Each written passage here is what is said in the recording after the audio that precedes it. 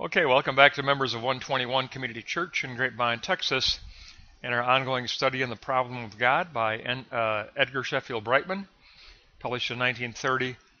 This is our penultimate lesson. We're going to take a look at pages 139 to 166, and we'll have one final lesson after this one, but let's begin by taking a look at the evidence for belief in a personal God. Let's begin with block 1. Brightman tells us that consciousness cannot be fully attributed to the nervous system. God stands in relation to everything that happens. Therefore, we must examine the total movement of life. The quest for God is a quest for meaning, says Brightman. Facts must be seen in their coherence. Science disconnects sense experience from value experience. But we must begin with empirical evidence, but couple that with value experience. We include the realm of value.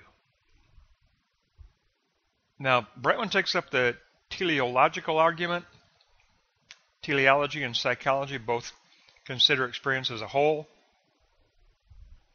Brightman says that evidence for God is found in the following 6 areas: the rationality of the cosmos, the emergence of novelty in evolution, the nature of personality itself, evidence of value in existence, evidence of religion in existence, and the evidence of systematic coherence. All point to a divine personal being. So we want to look at these 6 areas for gathering evidence for the teleological argument, and we'll begin in block 2 and take a look at the rationality of the cosmos. Brightman says creation reveals the handiwork of a supreme mind. Human reason is a real part of the cosmos, and underline that notion of real because remember, the real is the realm of positing for Brightman, and human reason is a real part of the cosmos. We posit the notion of faith and reason. Faith and reason reaps the following: scientific knowledge, moral laws, and religious insight. Brightman says there is a rational ground of interaction between everything that exists. The cosmos is an ordered, interrelated organic whole. Now, under emergence of novelty, Brightman says mechanistic materialism must be negated. There are 3 aspects of novelty. Novelties do emerge in the process of evolution. They are relevant to experience. They are holistic in nature. And novelty always surpasses extrapolation from prior conditions. It always involves some kind of transcendence. And the greatest novelty of all is the arrival of consciousness. Consciousness itself is the one great novelty that points to a divine personal God. Next, we'll take a look at the evidence of value. Brightman says that we posit the ideals of love, truth, goodness, beauty, and holiness, and the realization of value is the purpose and the justification of human life. Theism gives the best rational explanation for this value experience, says Brightman. So that leaves us with a couple more areas to look at, and that is religious experience and systematic coherence, and that's in block 3. We'll take a look at that. Okay, under religious experience, Brightman says that testimony is actually evidence for belief in a personal God. He does give testimony a high priority, so he does consider the testimony of religious experience to be a ground for belief. Under systematic coherence, Brightman says there is a rational harmony that underlies the multitude of diverse facts of experience. Reality is an ongoing, interrelated system. moving toward consciousness, moving toward ideal value. Next, Brightman wants to take up the category of oughtness, which in a way means he wants to transition from the theoretical to the practical now. He's looked at the evidence, now he wants to transition to phronesis and praxis. He says God's existence ought to make a difference in life. God becomes our object of worship, our object of devotion. Religion cooperates with God in work and worship.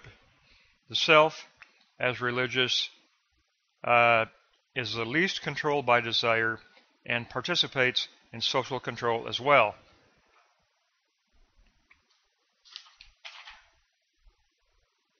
God also provides growth and noble living. We are summoned to the development of value in the body of Christ. The logic of faith, which is experimental positing, outgoing desire, and interpretive construction, the logic of faith takes up the imperative obligation to make the world better through that threefold dialectic of experimental positing, outgoing desire, and interpretive construction. That is the logic of faith for Brightman. And out of this logic of faith, Brightman says we're ready to transition. We are ready to transition from the abstract and the theoretical to the practical and the concrete. From the abstract and the theoretical to the practical and the concrete. We cannot rest in the theoretical. We cannot rest in abstraction. We must go out of the self in that outgoing desire, that second moment, in order to realize the third moment of interpretive construction. So, we've looked at all of the presentation which dealt with the theoretical problem of God, but now in this final lesson that we'll have coming up, he closes out this volume with a look at the practical, a look at outgoing desire and interpretive construction. But in this penultimate lesson, we learn that for Brightman, evidence for God comes from rationality of the cosmos, emergence of novelty, the nature of personality itself, evidence of value in experience, evidence of religion in experience, and key for him, evidence of a systematic rational coherence to life, to all of finitude. There's that underlying systematic rational coherence of the divine spirit, personal spirit. And so he says we gathered that evidence from those 6 areas, and when we do so, we are led to conclude that we're dealing with an ongoing system, an ongoing dialectic. It is never static. Remember, we discussed in a previous lesson that Brightman has a 3-tier system of the logic of faith, categorical laws, and then conceptual principles. And that's an ongoing dialectic. It always involves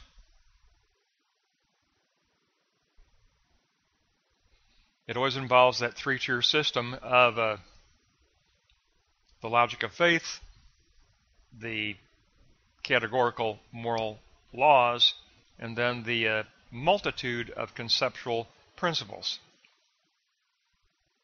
And so it gives us a great look at this penultimate lesson, but it really does key in on the 6 areas of gathering evidence for belief in a personal God for Brightman. It's all about those 6 areas: the cosmos, novelty, personality, value, religion, and systematic coherence.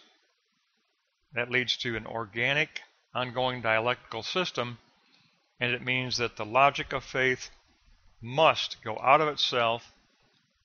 We must be engaged in experimental positing of the real, and then outgoing desire to realize the ideal, and then that return of interpretive construction to modify our ideal sign model of kingdom. That's an ongoing dialectic, and it encloses a 3-tier system of logic, categorical laws, and conceptual principles. And Brightman has a number of principles that we are to be in alignment with concerning the living religion of Christianity, but they're abbreviated under three categorical laws: the formal law, the axiological law, and the personalistic law. And that's abbreviated under the logic of faith, the experimental positing, the outgoing desire, and the interpretive construction. So just to reiterate, let's go through the second block again. The middle moment is always really critical in a triad. So let's take a look at block 2 again and just read through it. The evidence for the personal God looks at the rationality of cosmos. Creation reveals the handiwork of a supreme mind. Personal God is supreme mind for Brightman. Human reason is a real part of the cosmos, that realm of reality now, the realm of positing. And we posit the notion of faith and reason, because faith and reason will reap a collection of scientific knowledge, moral laws, and religious insight. So there is this rational ground of interaction. There is the presence of the moving spirit of the divine. Novelty is basically consciousness for Brightman. He believes that the greatest novelty to emerge through evolution is human consciousness, and that that points to a divine creator. Mechanistic materialism must be negated, of course, but the emergence of novelty is always relevant to creation, and it's holistic. It's always interrelated in nature. And then under the nature of personality, self is prioritized because the self is the central focal point for the datum of experience. Everything rests on personal consciousness, and mind and cosmos stand in intimate interrelation for Brightman. The mind of spirit, the divine spirit, and the created order all stand in intimate interrelation within God himself. And then under evidence of values, we posit the primary values of love, truth, goodness, beauty, and holiness. But basically, it's all about realization of value as a teleology, as a purpose, as a justification of life. And that means that we are driven to take up a perspective of theism to answer these evidences of the divine, of a personal God, of an underlying moving kingdom of spirit. So that gives us a little bit of a recap there, because the middle moment always has the key information for a particular triad. So that's going to give us a great penultimate lesson. That takes us from 139 to 166. We have one further lesson to go to wrap up this manuscript.